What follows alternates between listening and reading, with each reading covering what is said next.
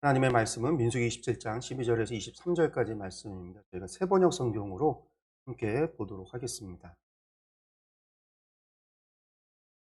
주님께서 모세에게 말씀하셨다. 너는 여기 아바림 산줄기를 타고 올라가서 내가 이스라엘 자손에게 준 땅을 바라보라. 그 땅을 본 다음에는 너희 형 아론이 간 것 같이 너 또한 너의 조상에게로 돌아갈 것이다. 너희 둘이 신 광야에서 나의 명을 어겼기 때문에 그 땅에는 들어가지 못한다. 온 회중이 무리바에서 나를 거역하여 반란을 일으켰을 때에 너희들은 물을 터뜨려 회중이 보는 앞에서 나의 거룩한 권능을 보였어야만 하였는데 너희는 그렇게 하지 않았다. 이것은 신 광야에 있는 가데스의 무리바에서 물이 터진 때의 일을 두고 말씀하신 것이다. 모세가 주님께 이렇게 아뢰었다. 모든 사람에게 영을 주시는 주 하나님, 이 회중 위에 한 사람을 임명하여 주시기를 바랍니다.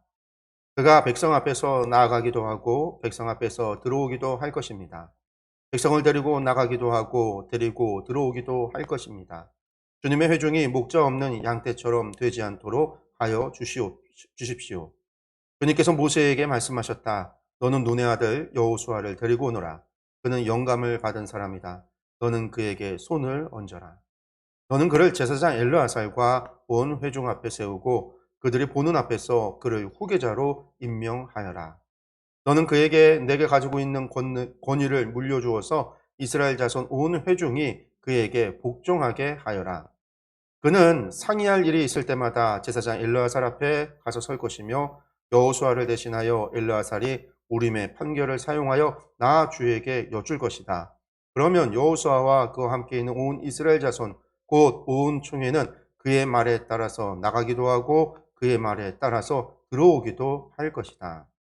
모세는 주님께서 그에게 명하신 대로 하였다. 모세는 여호수아를 데려다가 제사장 엘르아살과 온 회중 앞에 세우고 주님께서 말씀하신 대로 자기의 손을 여호수아에게 얹어서 그를 후계자로 임명하였다. 아멘. 우리가 오전에 함께 나눴던 민수기 27장 12절에서 23절까지의 말씀입니다. 세번역 성경으로 보았는데요. 세번역 성경으로 보니까 개역개정 성경으로 우리가 봤던 것들이랑 조금 내용이 틀린 부분이 좀 있습니다. 특별히 뒷부분에서 좀 내용이 우리가 이제 생각했던 거와 아침에 말씀드렸던 거하고 조금 세번역은 또 다르구나라는 것을 알 수가 있는데요. 오늘 말씀은 모세가 하나님으로부터 약속의 땅에 들어가지 못한다.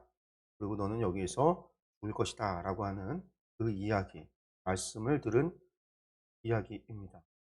사실상 27장 12절에서 하나님께서 이제 모세를 향한 죽음에 대한 언도를 예언을 하시고 난 다음에 민수기 34장에서 이제 모세가 죽게 되죠. 느보산에 올라서 이제 죽게 되는데 어, 그 사이의 일들이 이제 27장 12절부터 시작이 되는 거예요. 그래서 이제 그의 죽음에 대한 이야기를 듣고 난 다음에 모세가 한 것이 여호수아, 자기를 대신해서 이스라엘의 지도자로 세울 여호수아를 두는 것, 그거부터 시작을 한 다음에 이스라엘 백성들에게 이제 새롭게 약속의 땅에 들어가서 지켜야 될 하나님의 절기, 예배를 어떻게 해야 되는가가 민수기에 보면 이제 예배 절기에 대한 것들이 쭉 나오고, 그 다음에 이제 미디안 족속들을 정복하라고 그랬잖아요. 부올의 사건 때문에. 그래서 이제 미디안 족속을 정벌 하고 그들로부터 전리품을 취하도록. 그래서 이제 그 재물을 가지고 약속의 땅에 들어갈 수 있도록 하는 이제 그 일이 미디안 족속을 정복하는 일이 있고, 그리고 나서 이제 백성들을 모아서 마지막 유언, 마지막 이제 권면의 말씀이죠. 고별 설교, 세 편의 설교를 합니다. 세 번에 걸쳐서 설교를 하는데 그 설교가 있고 난 다음에 그다음에 이제 마지막 당부들을 합니다. 마치 이제 유언을 하듯이 할아버지가 이제 나이가 이제 오래 사시고 돌아가실 때 자녀들을 불러서 자녀 손들을 불러서 하나하나 타이르듯이 이야기하듯이 그런 이제 이야기들이 이제 쭉 신명기에 또 이어져 나갑니다. 백성들한테 이제 모세의 노래를 불러서 지어서 그것을 늘 암송하고 노래할 수 있도록 교육의 목적인 거죠. 그리고 이제 12지파를 다 축복하는, 시몬 지파를 제외하면 12지파를 축복하는 축복도 있고, 그렇게 이제 마지막을 하고 나서 하나님 오늘 말씀대로 이 산에 올라가서 이 아바람 산에 아바림 산줄기를 타고 올라가서 라고 얘기했는데 그 아바림 산에 산맥이죠, 이거는요. 아바림 산맥에 느보산이라고 하는 산이 있고 느보산에 비스가 봉우리가 있어요. 그래서 그 비스가 봉우리에 올라가서 이제 그렇게 됩니다. 뭐 아론도 산에 올라가서 죽었잖아요. 그래 산에 올라가서 죽 모세도 이제 그와 같이. 원래는 이제 모압 평지에서 다시 동쪽으로 돌아가야지 있어요. 모압 평지가 등 뒤에 두고 이제 그 비스가 봉우리가 있기 때문에 모세를 하여금 돌아가서 산 위에 올라가서 이제 죽게 되는데 오늘 말씀에서 이제 신명기 34장으로 연결이 되는 거죠. 그래서 모세의 마지막 이야기가 이제 시작이 되는구나라는 것을 우리가 오늘 말씀부터 보게 되는 겁니다. 근데 여기서 보면요, 모세가 약속의 땅에 들어가지 못한 이유가 무엇이냐라고 할 때 오늘 하나님께서는 분명하게 말씀합니다. 신광야에서 신광야 가데스 무리바 사건을 통해서였다라고 그럽니다. 그러니까 무리바 사건 우리가 잘 알죠. 가데스라고 하는 것이 거룩한 땅, 이름이 가데스 바네아라고 해서 이스라엘 백성들이 40년 전에, 정확하게는 38년 전에 그곳에서 정탐꾼 12를 보내고 그 정탐꾼들의 보고를 받아서 하나님 옆에 반역을 했던 곳이 바로 이 가데스였어요. 가데스 바네아. 이 가데스였던 것이고 그들이 그 가데스에서 그렇게 진을 치고 40일 동안 정탐꾼을 보내고 그들을 기다릴 수 있었던 이유가 뭐냐면 그곳에 우물이 있었기 때문입니다. 우물이. 오늘날로 치면 우물이 아니라 오아시스가 있었어요. 오아시스가. 아주 큰 오아시스가 있었던 곳이 가데스입니다. 그리고 그곳의 이름이 가데스라는 말 자체가 거룩한 곳이다라는 거죠. 그래서 하나님께서 38년이 지나고 나서 광야 생활 40년이 지나고 나서 하나님께서 이스라엘 백성을 다시금 가데스로 그들이 실패했던 곳, 출애굽 1세대가 실수하고 실패했던 그 땅으로 출애굽 2세대들을 인도하셔서 그곳에 도착하게 돼요. 사실상 38년의 광야 생활을 마무리하고 새롭게 시작하고자 출발하는 겁니다. 자신들의 실패했던 그곳에서의 출발이에요. 그런데 그곳에 왔더니 그곳엔 분명히 오아시스가 있어야 되는데 오아시스가 사라져버리고 말라버린 거죠.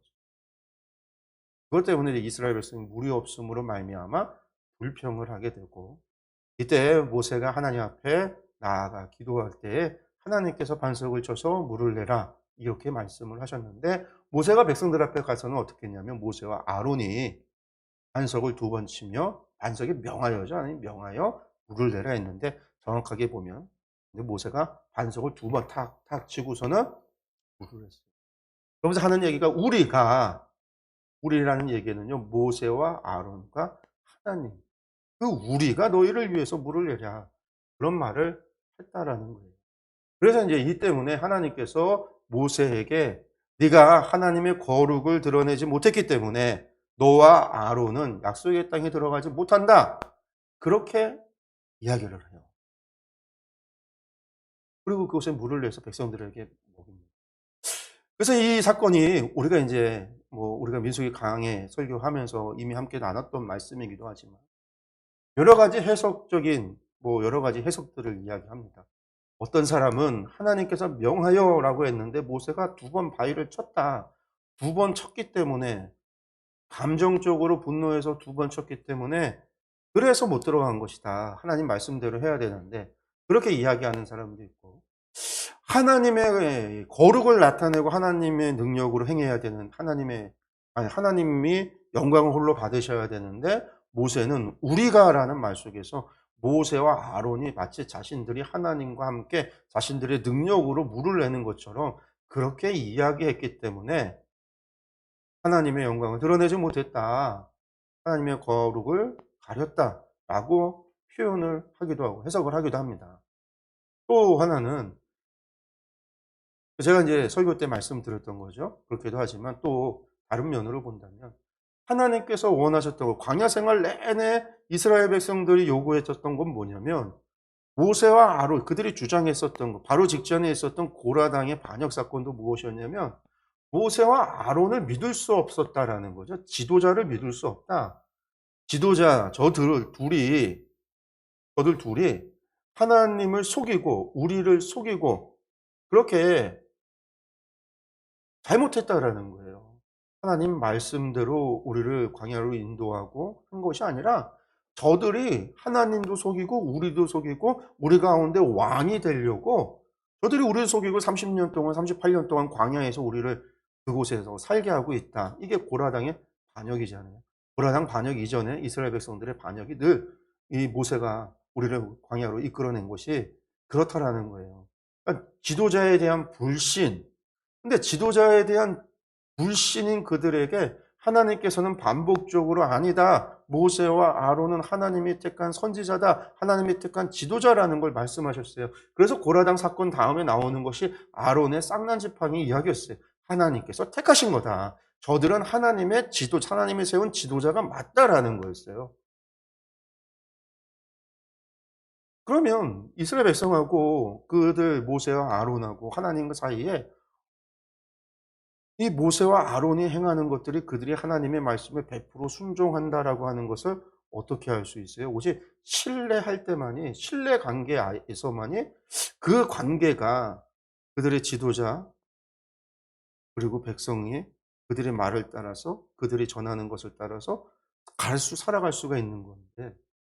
근데 모세와 아론이 하나님의 말씀에 그런 관계가 되기 위해서 전제는 모세와 아론이 하나님 말씀에 100% 온전한 순종을 할 때만이 사람들은 지도자를 믿고 신뢰하고 따라갈 수 있는 거예요. 그런데 모세와 아론이 하나님의 거룩을 나타내 보이지 못했다라는 거예요. 하나님의 말씀에 온전한 순종을 하지 못했다라는 거예요. 그렇게 된다고 한다면 그들을 세운 하나님도 불신하고 그들도 불신하고 백성들과 하나님의 나라의 이 관계가 불신이라고 하는 신뢰하지 못하는 관계가 되면 나라는 깨질 수밖에 없죠. 그래서 하나님께서는 그때에 모세와 아론에게 약속의 땅에 들어가지 못한다. 너희가 이 거룩이라는 땅에서 물이 없다라는 건 하나님께서 물을 마르게 하셨다라는 것이고 하나님의 권능으로만 이루어지는 것을 경험하게 함으로 다시금 약속의 땅으로 전진해 나아갈 수 있도록 38년의 광야 생활을 마무리하고 새롭게 출발할 수 있도록 계획하셨던 하나님의 계획을 모세와 아론의 그 잘못함으로 말미암아 하나님의 거룩을 드러내지 못하고 하나님의 계획을 바꿨다라는 거예요. 그것 때문에 이제 아론이 이미 앞서서 죽었습니다. 그러고 나서 이제 모세는 모압 평지까지 왔지만 그 모압 평지까지가 모세 너의 마지막 여정이다. 여기까지다 너는. 여기에서 약속의 땅에 들어가지 못한다. 이게 오늘 하나님께서 하셨던 말씀이에요. 그러면서 너는 그 때문에 너는 들어가지 못하고 너도 아론처럼 저 산에 올라가서 너의 조상에게로 돌아가라. 이 이스라엘 사람들에게 있어서 조상에게로 돌아간다는 말은 죽는 것을 얘기합니다. 죽는 것을. 죽음을 얘기해요. 그래서 이제 우리가 열왕기서를 보면 모든 왕들이 죽으면 조상의 무덤에 묻히게 되죠. 그리고 이스라엘 사람들은 조상에게로 돌아간다는 말로 그들이 이제 죽음을 표현합니다.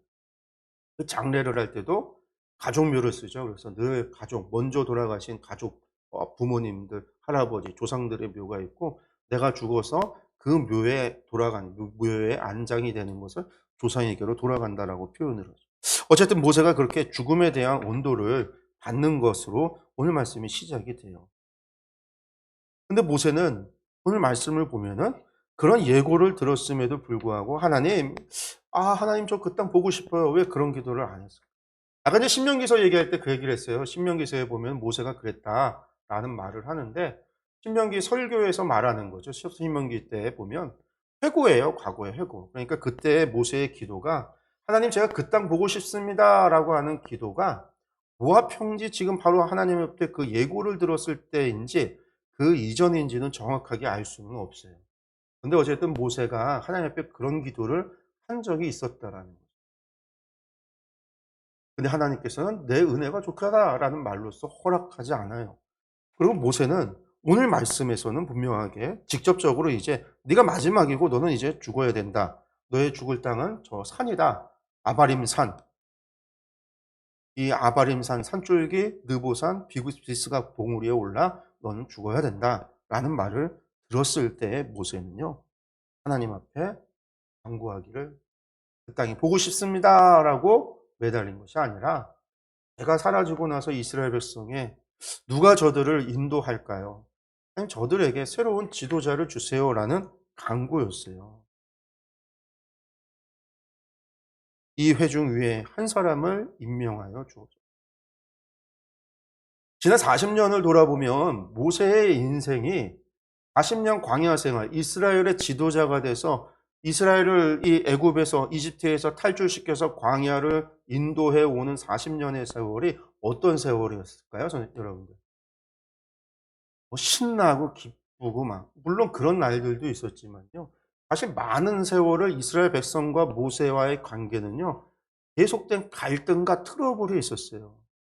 왜냐하면 이스라엘이 계속해서 범죄했기 때문에. 불평과 불만을 터뜨렸기 때문에. 그리고 그런 불평과 불만의 1차적인 대상은 언제나 모세였어요. 네가 우리를 에집트에서 우리를 인도해 내서 우리를 이 광야에서 죽게 하느냐. 네가 우리를 이곳에 인도해서 우리가 맨날 만나만 먹고 살게 하느냐. 우리를 이곳에 인도해서 우리로 하여금 과일도 못 먹게 하고 고기도 못 먹게 하느냐. 이집트에 장지가 없어서 우리를 이곳에 데리고 와서 이 광야에서 우리를 다 죽이느냐. 늘 1차적인 공격의 대상이요. 모세였어요. 그러니 여러분들 아무나 모세가 자신이 죽고 났을 때 이 백성이 그 불평과 불만을 늘 해왔던 40년 동안을 해왔던 그 백성들, 이 백성들이 한 마음으로 하나님의 뜻에 순종하며 하나님의 법을 지키고 하나님이 명하신 대로 저 땅을 약속의 땅을 차지할 수 있을까라고 하는 염려가 제일 먼저 든 거죠. 그러니 하나님 앞에 기도할 수밖에 없어요. 하나님, 이 백성 위에 지도자를 세워주옵소서. 많은 사람들은 여호수아가 이미 준비되었다라고 표현을 합니다. 맞아요. 여호수아는 누구였냐면 사실 근데 여호수아가 지도자가 될 수 있을까? 우리가 생각을 한번 해보세요. 모세는요 처음부터 이스라엘 사람들과는 좀 다른 존재였습니다. 왜 그러죠? 왜냐하면 모세는 이집트의 공주의 양자가 되어져서 40년 동안 살았어요. 40년을 이집트의 왕자로 살았단 말이에요. 40년간을 이집트에서 제왕학을 배우면서 살았던 사람이에요. 왕이 돼서 나라를 통치할 수 있는 모든 것에 대해서 통치하는 방법, 법들, 뭐 모든 제도적인 것들 이런 것들을 40년 동안을 공부하고 배웠던 사람. 이스라엘 사람들은요. 종되었던 사람들이잖아요. 진흙으로 벽돌 굽던 사람들이에요. 벽돌 만들던. 그래 갖고서는 건축하는 데 동원이 돼서 노예로서 살던 사람들이. 제가 흔히 이야기하는 얘기입니다. 이스라엘 60만 3,550명. 여러분들 그 사람들이 글자를 쓰고 읽을 수 있는 사람이 몇 명이나 됐을까? 아무도 없었을지도 몰라요. 약 남자 여자 남녀노소 다 해서 200만 명 뭐 그 정도의 사람이라고 하는데 그 200만 명의 사람들 가운데 글자 하나 아는 사람은 어쩌면 모세 말고는 아무도 없었을지도 몰라요. 당시 글자가 뭐죠? 이집트 글자잖아요. 상형 문자. 그거 있잖아요. 막 그림 그려져 있는, 새 그려져 있고. 이런 글자 이집트 글자예요. 그게 이제 상형 문자. 이게 이제 나중에 그 모세로부터 1400년 모세가 BC 1400년대 살 1400년이라고 우리가 얘기하니까 신명기가 1406년 얘기를 하니까요. 그러면 모세가 1400년대 15세기 BC 15세기 사람인데 BC 15세기가 넘어가야 이집트에 뭐가 만들어지냐면요. 상형 문자를 안 쓰고 그때 넘어가야 로마 제국에 정복당하고 나서 그 사람들이 헬라어 쓰기 아니, 알렉산더에 의해서 헬라화 되면서 헬라어 쓰기 시작하고요. 프톨레미우스라고 하는 알렉산더의 이후에 사후에 그 장군이 이집트를 정복하고 나서 프톨레마이오스 왕조를 만들었을 때 그 왕궁 안에서 헬라어를 쓴 거예요. 그 다음에 로마 제국이 정복하고 나니까 그때 이제 계속 헬라어를 쓴 거예요. 근데 백성들 몰라요. 글자도 모르고 말도 못하고. 그러다가 1세기경에 기독교 선교사들이 한마디로 말해서 사도들이 복음의 증인들이 초대교회 사람들 가운데 선교사로 이집트에 선교하러 갔던 사람들이 선교했던 사람들이 그 사람들이 뭘 만드냐면요. 이집트 상형 문자 도저히 모르겠단 말이에요. 너무 힘들어요. 백성들도 모르고. 당시 사용했던 게 헬라어니까 헬라어 알파벳을 가져다가 이집트 철자를 만들어요. 여러분들 그게 이제 이집트어, 고티거라고 하는 이집트 언어예요. 그게 선교사들이 만든 거예요. 1세기 때 기독교 선교사들이, 초대교회 선교사들이. 그 곱티거가 지금도 써요. 지금도 써요. 이집트 언어가.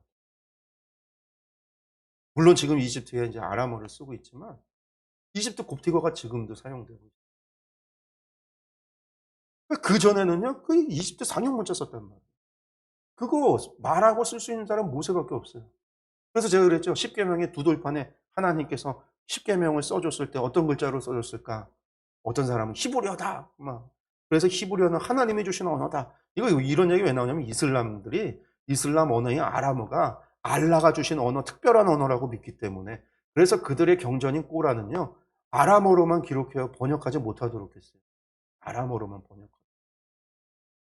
그러니까 이제 이스라엘 사람들 아니다. 히브리어가 하나님이 주신 아니 그 히브리어는 그때 있지도 않았거든요. 모세는 이집트 문자를 썼지.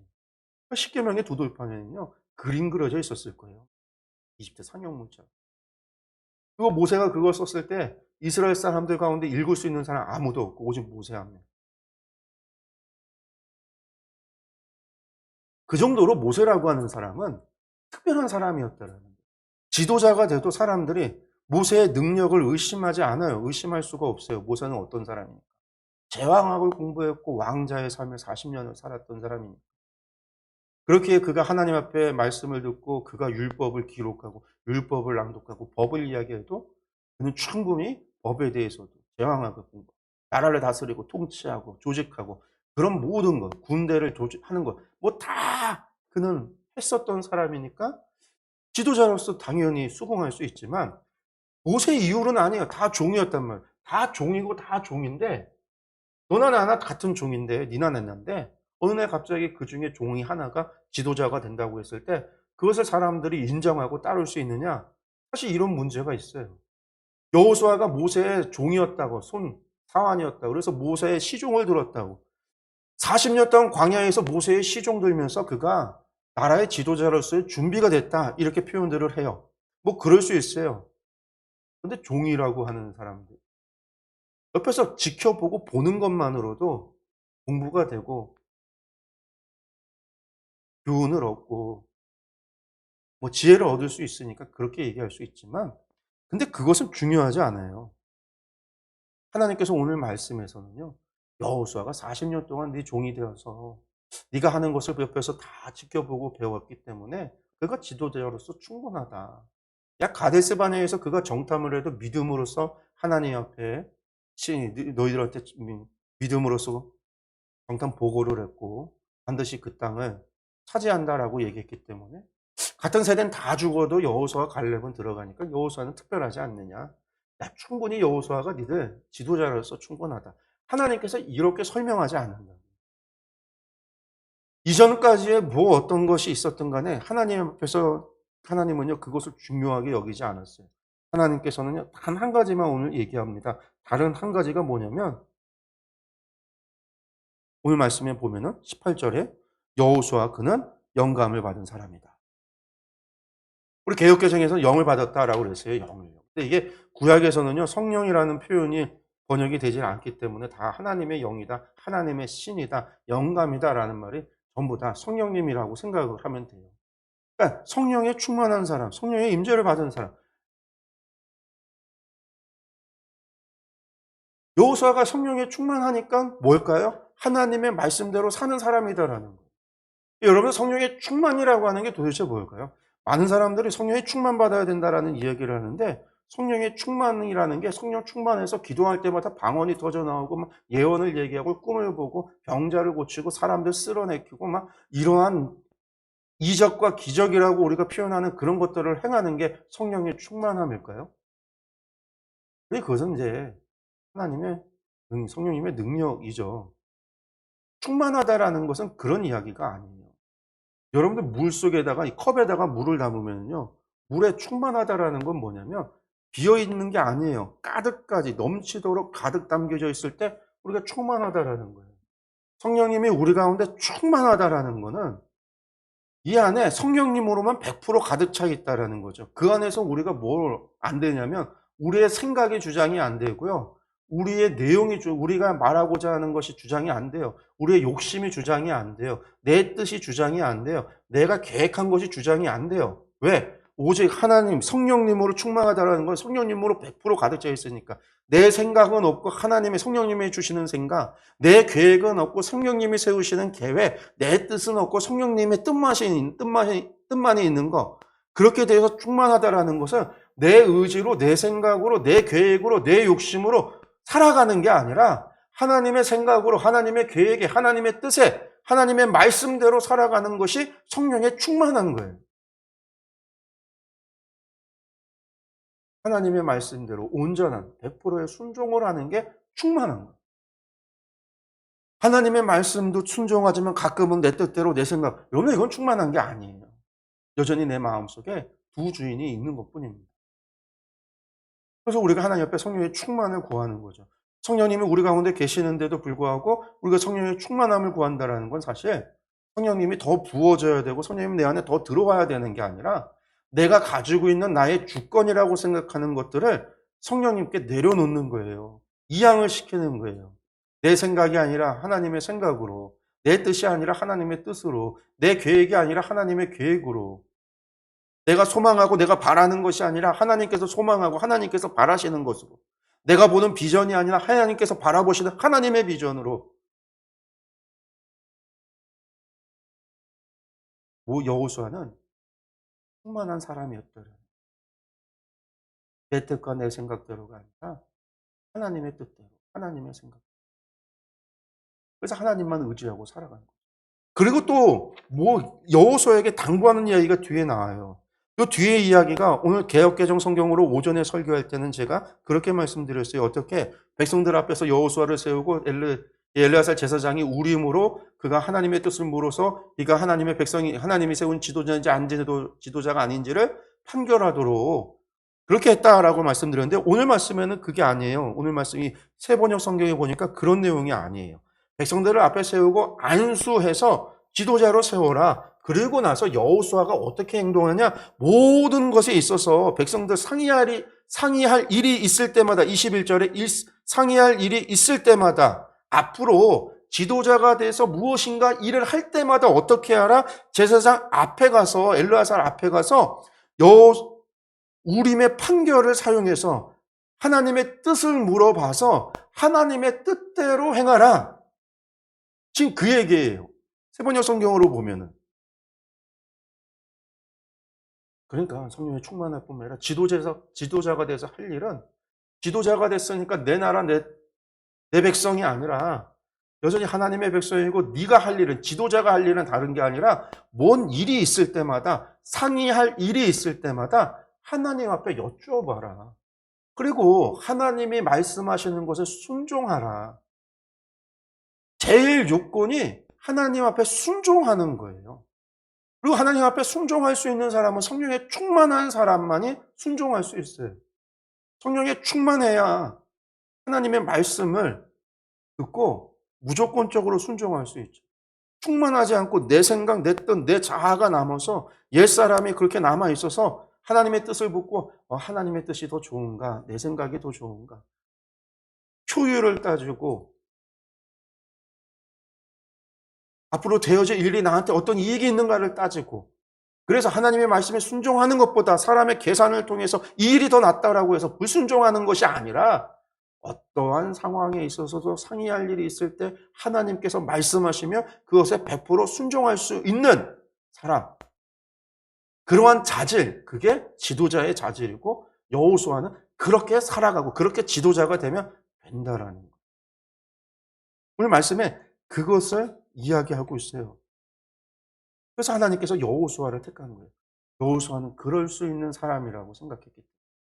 하나님 그렇게 보셨기 때문에.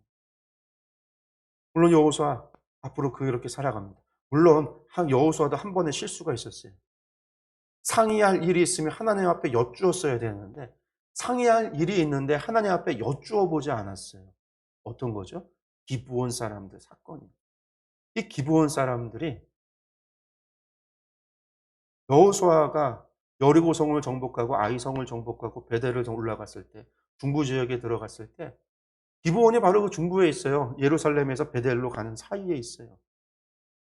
기브온 족속들이 그곳에 살았는데 이스라엘 사람들이 그렇게 파죽지세로 올라오고 하나님에 대한 소문을, 이스라엘 백성에 대한 소문을 40년 동안을 떠들어왔던 그 소문을 듣고 그들이 파죽지세로 오는 걸 보면서 그 기브온 족속들이 이스라엘은 여호와 하나님의 백성이라는 사실, 하나님이 함께하고 있다는 사실을 알고 두려웠죠.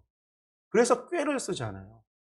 먼 곳에서 온 것처럼 낡은 옷을 입고 막 그렇게 거지 같은 모습으로 여호수아를 찾아와서는 하는 얘기가, 우리는 이 땅에 사는 사람들이 아니라 먼 곳에서 왔는데 여러분들이 하나님의 백성이다라는 것을 우리가 알고 여러분들에게 여호와 하나님이 함께 하시는 것을 알고 우리도 여호와 하나님의 백성이 되길 원합니다.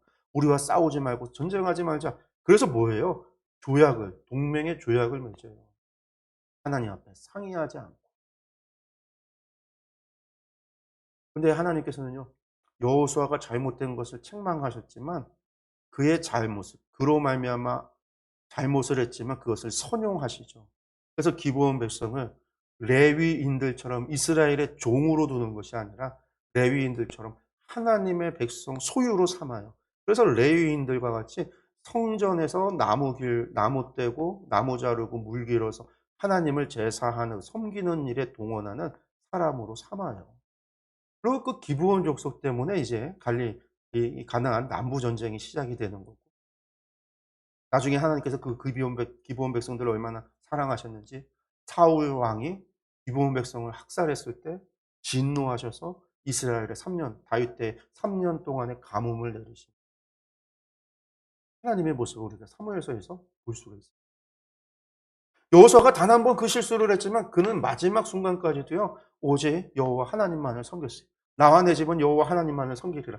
마지막 고별 설교에조차도요, 나는 나와 내 집은 여호와 하나님을 섬기겠다. 너희들은 오늘 섬길 만한 신성 백성들한테 강요하죠. 하나님만을 섬기라. 정말 성령의 충만한 하나님 말씀에 온전히 100%의 순종을 하며 살아왔던 인생이 여호수아의 인생이었어요. 그게 하나님께서 전지하시고 전능하시고 사랑이 넘치신 하나님께서 이스라엘 백성에게 있어서 가장 좋은 선지자를 세우고 가장 좋은 지도자를 세우고 그는 정말로 하나님의 기대대로 그러한 삶을 살아간 거예요. 이 모세가 이 마지막에 하나님 앞에 죽음의 예고를 듣고 나서 그의 마지막은요, 이처럼 오직 한 가지 하나님의 백성이 나 없이 계속해서 하나님을 잘 섬기고 하나님의 나라를 이루어 갈 것인가에 대한 이 염려를 가지고 하나님 앞에 기도했었다라는 거. 우리가 이제 계속 봐요. 특히 신명기에서 모세의 설교들을 보면 모세가 얼마나 백성들을 향한 염려를 하고 있는지. 그들에 대해서 예언을 해요. 그들이 앞으로 어떤 죄를. 지금까지의 삶을 되돌아보면 앞으로 그들이 어떠한 잘못들을 하고 어떤 실수를 할 건지도 다 알아요. 그걸 알기 때문에 더욱 염려하고 그래서 그들에게 당부하고 부탁하고 권면하고 강권하여 강권하는 거죠. 그리고 모세가 그렇게 그런 그런 본을 보였기 때문에 우리가 이제 모세를 위대한 지도자로 평가하는 거예요. 우리 복음성가 가운데 CCM 가운데 그런 게 있어요. 주님 말씀하시면 내가 가고 주님 말씀하면 내가 서리라. 모세의 일생을 바라보면서 생각하면 이 찬양이 더 은혜가 됩니다. 마지막 느보산 이 비스가 꼭대기에 올라가서 이스라엘 백성들이 건너가는 그 순간에 그곳에서 하나님께서 말씀하셔 자신의 걸음을 멈춰야 되고 자신의 죽음을 받아들이는 그 죽음까지도 순종함으로 받아들였던 모세의 일생. 그게 이제 주님 말씀하시면이라는 찬양 가운데 우리가 모세의 죽음, 마지막을 우리가 상상하고 또 생각해 볼 수 있는 것들이죠. 그 모세가 그런 인생을 살았었던 것은 다른 게 아닙니다. 다른 게 아니에요. 마지막까지 그의 삶을 마무리가 이처럼 멋있게, 이처럼 본이 되게, 이 모든 사람들 앞에 정말 본이 되는 인생으로 모세를 위대한 지도자로 기억하게 되는 것은 모세가 마지막까지도 하나님 앞에 순종을 하며 살았기 때문이라는 거예요. 여러분들 그렇게 살아갈 수 있는 이유는 다른 게 아니에요. 제가 그랬죠. 언제나 하나님 앞에 내가 서 있다라고 하는. 그래서 모세의 믿음이라는 게 그런 믿음이에요. 여호와의 목전에서, 여호와의 나, 여호와 앞에. 그래서 우리가 이제 모세오경을 읽을 때마다 모세의 이야기를 들을 때마다 모세가 상징하는 게 있어요. 여호와의 낯을 바라봐. 사람들은 전부 다 죄인이기 때문에 거룩하신 하나님을 보면 다 죽지만 여호와의 낯을 보고도 죽지 않은 사람은 오직 한 명 모세밖에 없다고 그러잖아요. 하나님 낯 앞에 하나님의 목전 앞에 섰고 하나님을 배웠고 늘 하나님 목전에 서 있었던 사람이 모세라고 하는 사람이고 모세의 신앙이에요. 그리고 여호와의 목전에라는 게 라틴어로 코람데오예요. 코람이 앞에 데오가 데우스에서 나온 하나님. 하나님 앞에라는. 우리가 그런 신앙을 가져야지만 사실은 우리의 삶이 실수도 죄의 유혹도 이겨낼 수가 있는 거예요. 그리고 힘들고 어려운 일이 있어도 하나님께서 나를 보고 계시다라는 말은 다른 말로 하나님께서는 언제든지 우리를 도울 준비가 되셨고 우리의 상황을 알기에 언제든지 우리에게 도움의 손길을 내밀 수 있다라는 거예요. 아니 이미 내밀고 있다라는 거예요.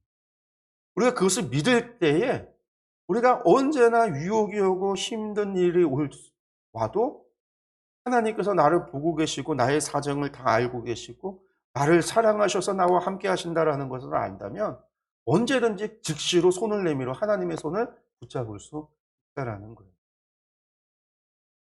근데 우리가 이것을 모르면 인생 살아가면서 하나님은 나를 보고 계시는데 하나님은 나에 대해서 다 알고 계시는데 내가 그것을 믿지 못하면 살아가면서 하나님 앞에 내가 조금만 어려움이 오고 시험이 오고 환난이 오면 왜 하나님은 나를 돕지 않으시지? 하나님 내가 이렇게 기도하는데 하나님 왜 응답하시지 않지? 하나님 나의 사정을 모르시나? 나를 안 보시나? 나를 버리셨는가? 이게 꼬리에 꼬리를 물고 나가면 결국 하나님을 향한 불신으로까지 나가는 거예요. 그 시작은 단지 한 가지예요. 하나님께서 나를 보고 계시다라는 거예요. 내가 하나님의 목전에 서 있다라는 거예요. 이게 신약으로 돌아가면 신약으로 가면 성령님께서 내 안에 계시다라는 거예요. 하나님 성령님이 나와 함께 하시다라는 걸 내가 이것을 못 느끼고 안 믿고 믿지 못합니다. 그저 하나님은 저 하늘에게 보좌에 앉아 계신 분만으로 너무나 높은 곳에 계시기에 내가 간구하고 부르짖는 소리가 하나님 앞에까지 상달되지 않는 것만 같고 나의 사정과 나의 아픔을 하나님께 아뢰도 하나님께서는 외면하시는 것 같고 아니면 너무나 높은 곳에 계시기에 이런 것까지는 하나님 앞에 너무나 자질구레한 거기에 하나님 관심도 없고 하나님은 도움의 손길도 안 내보내시고 그런 거죠. 우리가 암이나 뭐 큰 중병에 걸렸을 때 하나님 앞에 기도하고 하나님께 매달려서 병이 고쳐지는 그런 이적과 기적을 경험하지만 우리가 감기 걸리거나 조금 열이 나거나 조금 아픈 것에 있어서는 이런 것까지 하나님 앞에 기도해 봐야 하나님 이런 자질구레한 건 아예 관심도 없으신 분? 우리가 어쩌면 그렇게 생각하고 근데 우리 하나님은 그런 분이 아니라는 불동자 같은 우리의 머리카락까지 세시고 우리의 깊은 마음속의 생각까지도 아시고 모든 것을 들여다보시고 모든 것을 아시는 전지하신 하나님이시다라. 나아가 성령 하나님께서는 우리 안에 계셔서 우리의 생각과 우리의 마음 안에 가운데에서 우리에게 끊임없이 하나님의 뜻을 주장하신다. 주님은 우리를 위해서 날마다 중보하신다는 거예요. 예전에 저희 외할머니가 하루에 5번을 기도하셨는지 아침에 새벽에 기도하시고 아침에 기도하시고 오전에 기도하고 점심에 기도하고 저녁에 기도하고 나이 많으셨을 때 하루 종일 예배하고 책 보고 성경 읽고 찬송가 부르고 기도하고 저희 집에 오셔서도 맨날 찬양가 부르고 기도해요. 제가 목사 되고 나서 신학교 가고 목사 되고 참 좋아하시고 또 위해서 맨날 기도하신다고 그러셨는데 제가 선교사 나가서 중국에 가 있는 동안에 할머니 돌아가셨어요, 할머니가. 외할머니 돌아가시고 나서 저를 위해서 평생 매일같이 기도하시고 중보해 주시던 분 한 분이 할머니가 돌아가셨다라는 마음이 어 마음이 또 힘든 거죠. 저를 위해서 그렇게 기도해 주실 분이 또 누가 있을까. 근데 아니더라고요. 사람이 아니라 예수님께서는 그보다 더한 24시간 365일 끊임없이 우리를 위해서 저를 위해서 기도하고 계시다는 저뿐만이 아니라 여러분들을 위해서 기도하고 계시다는 주님이 우리를 위하여 중보하신다라는 것을 깨닫고 나니깐요. 위로가 돼요. 힘이 나요. 더 이상 누가 나를 위해서 기도해 주는 사람이 없어도 예수님이 계십니다. 무슨 걱정이 되죠? 주님이 저를 위해 중보하시는. 우리가 이것을 알고 믿어야지. 제 안에 성령님이 계시는데 그 성령님이 저에게 끊임없이 하나님의 말씀을 생각나게 하고 힘들고 어려울 때마다 하나님을 찾게 하고 하나님을 의지하게 하시고 그리고 내가 의지하는 그 하나님께서 나를 바라보시고 지켜보시고 나의 모든 상황을 다 아시는 그 하나님은 전능하신 하나님이신데 천하보다 나를 더 귀하게 여기시는 분이신데 좀 더 이것을 알고 나니까 이것을 깨닫고 나니 삶이 바뀔 수밖에 없어요. 언제나 우리 마음가짐과 우리 믿음과 우리의 생각이 바뀌어지는 거예요.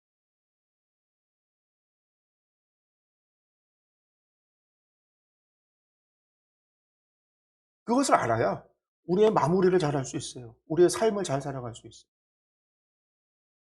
모세는 그런 삶을 살았다라는 거예요. 언제나 하나님 앞에서. 그는 언제나 하나님 앞에서 하나님의 말씀을 들었고 그 말씀에 순종하고 살았습니다. 주의 목전에서. 그리고 앞으로 그가 세울 그 뒤를 이어서 세워질 여호수아도요. 여호와의 목전에서 살아갔던 사람이에요. 성령의 충만함. 자신의 충만함이 아니라 하나님의 뜻의 충만함, 하나님 말씀의 충만함. 그 순종의 충만함을 통해서 여호와 앞에서 하나님의 말씀에 순종하며 살았던 거예요. 언제나 여호와 목전에 홀함되오라는 하나님 앞에서. 그래서 우리는 하나님 앞에서가 아니라 성령님이 우리 안에서 함께 살아간다라고 하는 사실. 이게 믿어지고 이것을 우리가 깨달아야 우리가 모든 순간에 하나님의 뜻 안에서 하나님께서 기뻐하시는 삶을 살아갈 수 있다라는 사실을 기억하시기 바랍니다. 여러분, 여러분들의 마지막 모습은 어떻게 되기를 소망합니까? 남들한테 어떻게 기억되기를 바라십니까? 하나님의 생명록에 또 하나님 앞에 행위록에 어떻게 기록되어지기를 원합니다. 좋게 바르게 하나님의 착하고 충성된 하나님의 기쁨으로서 모든 신앙의 위인, 신앙의 본이 되는 그러한 삶을 살아가기를 원하신다면요. 다른 게 아닙니다. 하나님께서 우리와 함께하고 계시다라는 것. 성령님께서 내 안에 계시다라는 것. 나는 하나님의 목전에서 살아간다라는 것. 주님께서 나의 중보자가 되어 주셔서 그렇게 내가 지금 살아가고 있다라는 사실을 우리가 믿고 그 믿음대로 살아갈 때 우리의 인생은 진실로 하나님이 기뻐하시는 삶, 모든 신앙의 위인 사람들이 인정하고 존경할 만한 세상에서의 성공의 유불리가 아니라 신앙의 성공, 신앙을 지키고 우리에게 약정된 준비된 멸류관을 획득하는 그런 복된 인상이 될 줄로 믿습니다.